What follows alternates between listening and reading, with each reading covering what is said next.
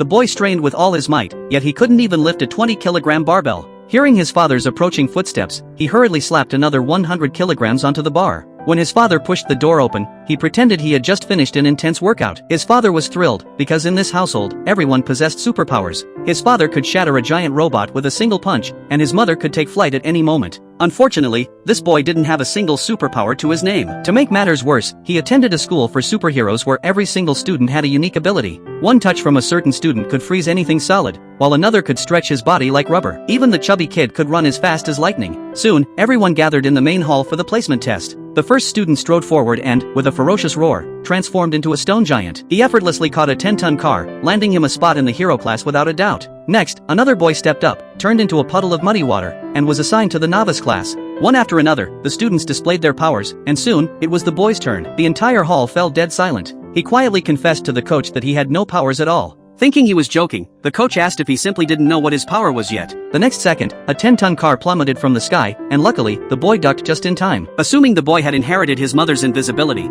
the coach opened fire without hesitation. Only then did the coach finally believe that the boy truly had no powers, shouting as he assigned him to the novice class. Before long, the whole school knew his secret. At lunchtime, the rubber boy deliberately stretched out a long arm to trip him up. The boy's lunch tray slammed right into the fire boy. Instantly enraged, the fire boy launched a blazing fireball straight at him. Watching his tray melt into nothing, the boy turned and ran, but the rubber boy blocked his path once again. Just then, his friends stepped in to defend him, but they were no match for the fire boy. At the moment of peak danger, the boy suddenly unlocked a surge of hidden strength. He flipped a heavy table in one swift motion, slamming the fire boy all the way to the far side of the room. Completely out of control, the fire boy charged at him once more. The boy grabbed a fire extinguisher and finally put out the flames raging on his attacker. The chaos only came to an end when the principal rushed over to stop it. The next day, the school hosted a team competition where the goal was to be the first to rescue a training dummy. By sheer coincidence, the boy was paired up with the fire boy, while the rubber boy teamed up with the lightning boy. As soon as the match began, the rubber boy stretched out his long arms to bind the fire boy, but the intense heat quickly burned through his restraints. The fire boy fired off a fireball, but his opponent dodged it with ease.